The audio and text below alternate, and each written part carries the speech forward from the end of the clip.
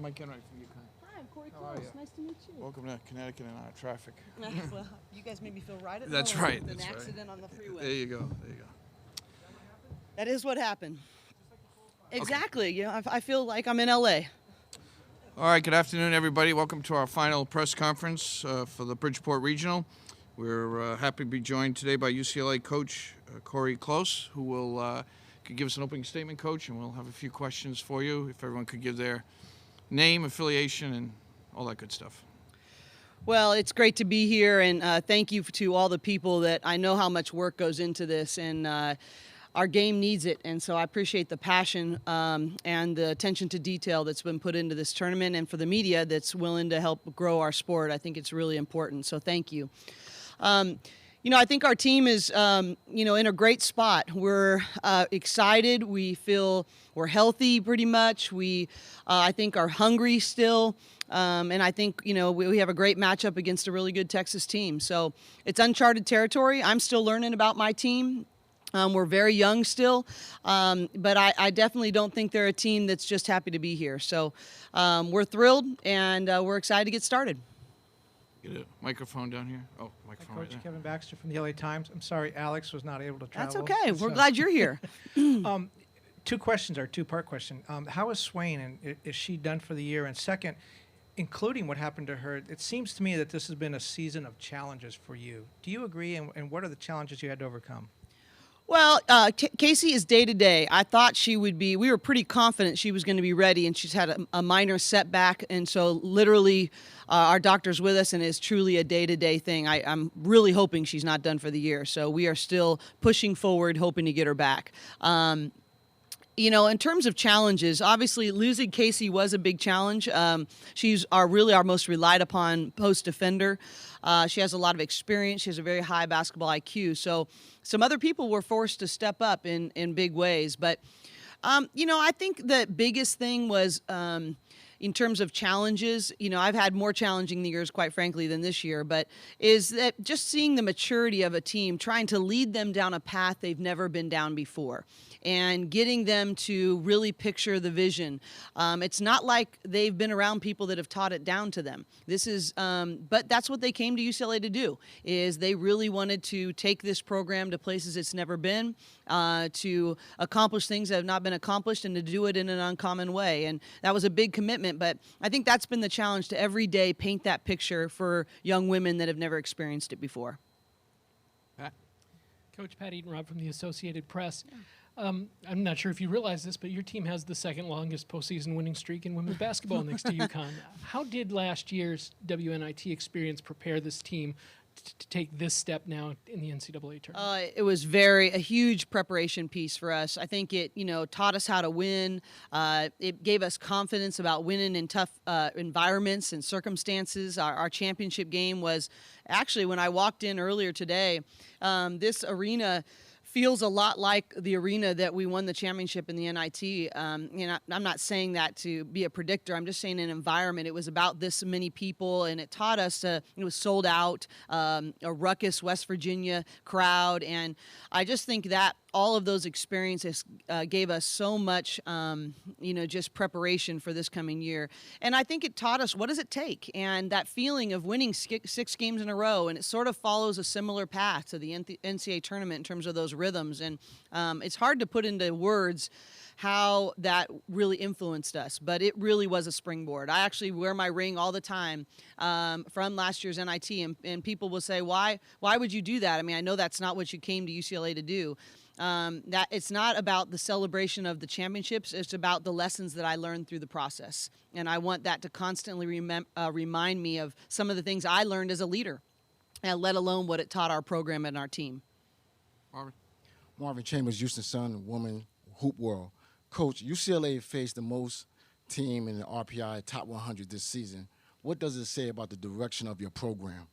Well, I'm a little biased, but I think we're going in the right direction. And we had the number one toughest schedule in the country last year, and it was a little over scheduling with all of our 7 freshmen that we had. And I think this year we're in a better position. But I just think it tells you that I'm really serious about building our program to an elite level. And there's no way to figure out where you are on that barometer if you don't challenge yourself against the best. And on a consistent basis, not just 1 or 2 games, but on a consistent basis, allowing your young women to experience the fire at the highest levels and allowing it to teach you what it teaches you. And so we've really, when I sit down with our scheduling people, we really want to have a top 5 schedule every single year. And we want to be able to challenge ourselves against the best, experience the different things. And now, though, the difference now is that now the Pac-12 is the #1 RPI conference in the country. So you've got to also factor in how difficult your conference season is going to be. But when it all shakes out, I think it just really prepares you for situations like this. Doug? Hey, Coach. Doug Feinberg, the AP. Congrats on making it Thanks. this far. Good to see you again. You too. You've watched Texas A&M film, I'm guessing, over the last week or so. Just a few. You played them last year. What's the biggest challenge you think you're going to have with them tomorrow? Well, I really give Karen so much credit. They play so hard and so physically on a consistent basis, and they're about as deliberate of a running team as we've faced all year.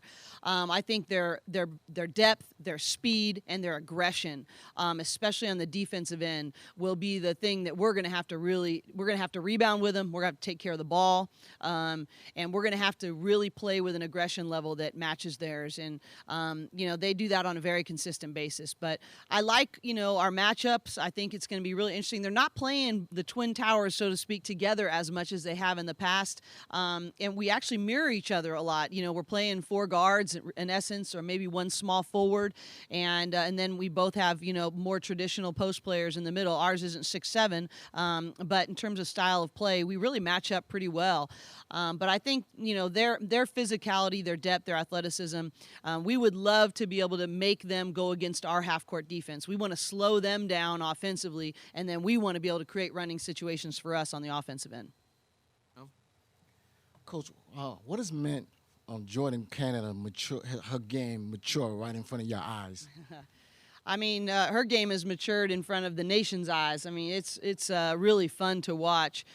I think a lot, I wish I could take all the credit in terms of UCLA basketball, but, I credit her USA basketball experience last summer. I credit her willingness just to go work on her own. I credit a lot of our NBA UCLA guys like Baron Davis and, people who come back in the summer and they actually work her out and help them. And so there's a lot of people that have poured in, but the biggest person that deserves the credit for her development is Jordan Canada. Jordan Canada has put in the work. And I think that's something that she really learned last year, is that if I really want to reach my potential, there has to be sacrifice, and I'm going to have to really be proactive in my own development.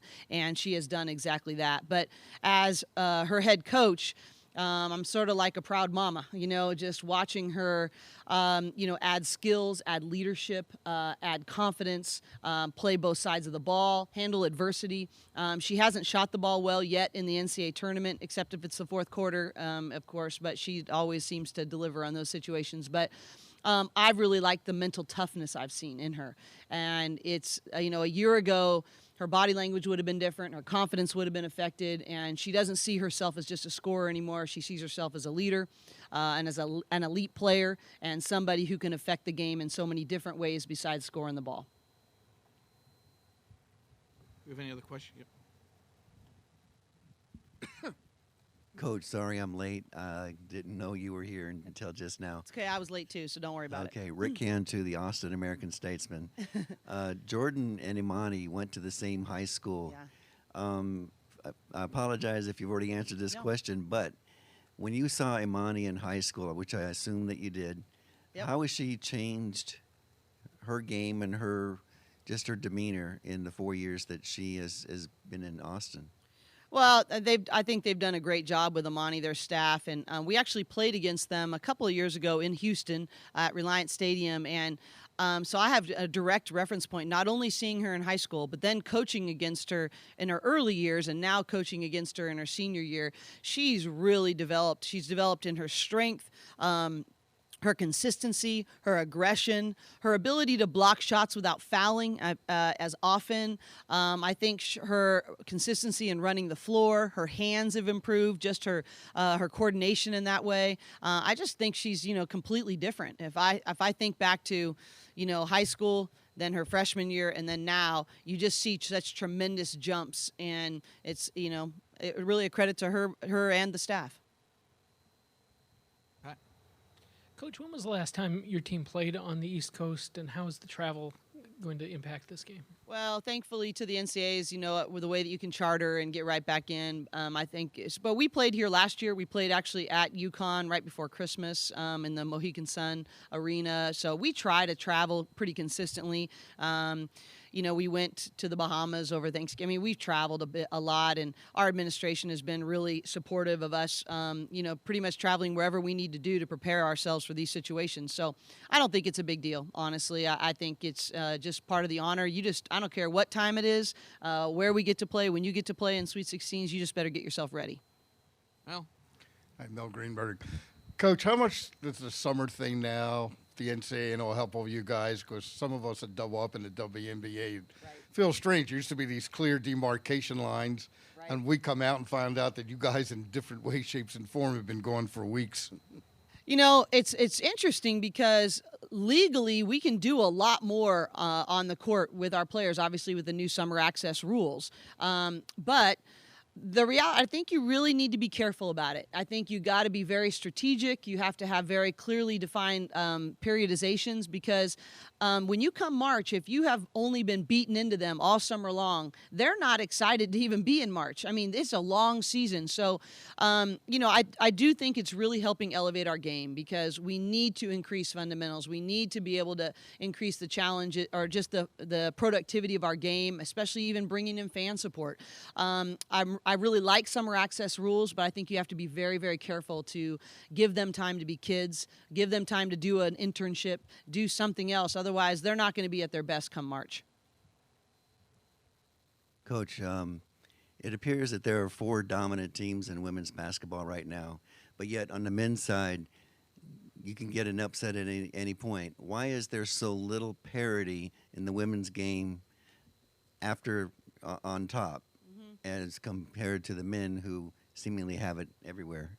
Well, I think you have to go to really the youth of the game. There's just a lot more boys playing at younger years, and I don't think sometimes it's opportunity, sometimes it's just interest in those areas. I think more boys are raised up in that environment than girls are, but I do think that's changing, and I think that. I just think teachers of the game, I think it's also changing in the junior high and high school levels. It used to be the stereotype was, football coach, if you need a little extra stipend, would coach the girls, and then he'd get back to football. And so it was sort of an afterthought. And now we're starting to invest in those middle school and high school programs the same way, so that there's really a chance to reach their potential at a higher level. I think getting good coaching, getting fundamental training, all of that has to be done over a long period of time, and giving young girls opportunities to really do the things that the men or the boys are doing, and therefore translating to more parity when they get to have at the college level. And so I think it's getting better. I think you saw more upsets even this year in our tournament. Obviously, I'm very familiar with, Washington, going on the road and beating Maryland as a number 2 seed, as a number 7. There's lots of them that took place. We've got, an upset here in this tournament. But I still think it's just a matter of giving more and more girls opportunities and really quality coaching at the younger years, and it just takes a little bit longer to play that out. I think we're going in the right direction, but we still have a ways to go. Coach, you know how it is in L.A. We need details on traffic snarls. Yes. So you flew in yesterday. So where were you coming from today? Well, we're staying in Stamford, which is about 25 miles away. And so we were coming, I think, I-95 north. Is that right? So we're coming in from there. So that's yeah, well, at least in the next hour I would stay off of that. So my apologies, but I did feel right at home having the 405 right next to where I am. we'll take one more from Doug here. Coach, I remember talking to you a couple years ago when you had the #1 recruiting class coming in. Now that you've had a couple years of them, is this the trajectory you expected to be at right now, or are they ahead, behind, or is it too early to tell? It's hard for me to, coaches are never satisfied. So, and my vision is very fixed on, winning championships and what does it take to be in the nation's elite. So, there's always going to be a gap between where the coach sees the potential of that group and then where they're going. But I really am pleased with their growth. When I sit back and go, okay, when I look at, we actually went back and looked at our film last year versus Texas, for instance, and I look at those freshmen and what they were experiencing, how that game was played, and now to be able to see what they're doing. I was actually on the plane yesterday and sitting watching film with Monique Billings, and we were just looking at her footwork. And I just said, a year ago, would you have been able to make that move? She goes, no, I would have traveled 3 times on that same possession, And she's just worked so hard as an example. But I really think they are committed to a growth mindset, getting better all the time, using every experience to reach their potential. And they're not afraid to tell you they don't want to be good. They want to be great. They came to UCLA to, there's a lot of basketball tradition, as you know, at UCLA, and it hasn't been on the women's side. And so we feel that, and we want to be a part of that kind of elite atmosphere. So I think we're going in the right direction. I think it's been one of the best off seasons I've been a part of in terms of a group of young women, let alone those freshmen. But I think we're heading in the right way, but obviously we've still got steps to make.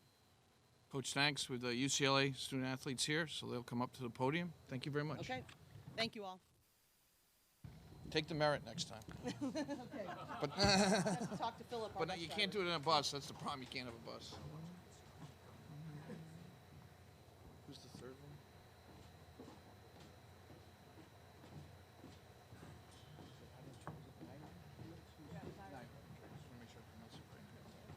And who was out?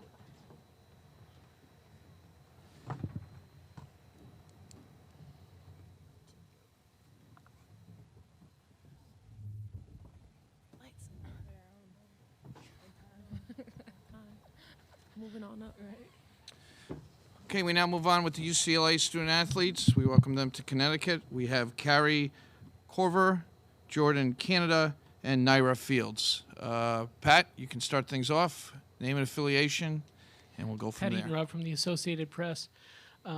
Jordan, can you talk about your relationship with Imani? Obviously, you went to high school together, and did you guys talk a lot when you found out that you guys were both going to be traveling to Connecticut? Actually, I haven't spoken to Imani in a while just because, it's just like a little, it's busy. From playing with her, she's a very great player. But, yeah, I haven't spoken to her much since, she graduated from Windward, so, yeah. Marvin? Chambers, Houston Sun, and Women Hoop World. Naira, you guys lost to Oregon State and won the next 2 games. What are some of the things that were stressed this week in your game plans? Definitely Texas is a great rebounding team. They're a lot like us in terms they want to run the ball, and they're very physical. They have very great post presence. So definitely it was just rebounding that I think will take away from their strength. They're really good at transition, and it'll help us get more possessions, which we're really good at. And obviously defense. It comes down to defense at the end of the day. Whoever can get the most stops will win the game. Carrie, you've known Imani for a long time as well, right? You played with her and I never played with her, but I played against her. She was in the same league as I was my freshman and sophomore year of high school, so, play against her a few times a year. and Jordan, if you want to get in on this, she is so imposing when you look at the stats and her size and everything. But you guys have probably seen her at some point make a mistake or be able to take advantage of something that she has done. Does that maybe give you a little confidence playing against her where you might not be intimidated by her? Yeah, I think just having experience against someone so big, and I think Ruth Hamblin from Oregon State, she's a really big girl. So we've played against big girls, and, we hope to just continue to attack her and not be afraid of her big presence. Well, I agree with Corver. Playing with her in high school, I've definitely seen, obviously everybody makes mistakes. So it's just being able to take advantage of those moments. Anybody else? Pat? No?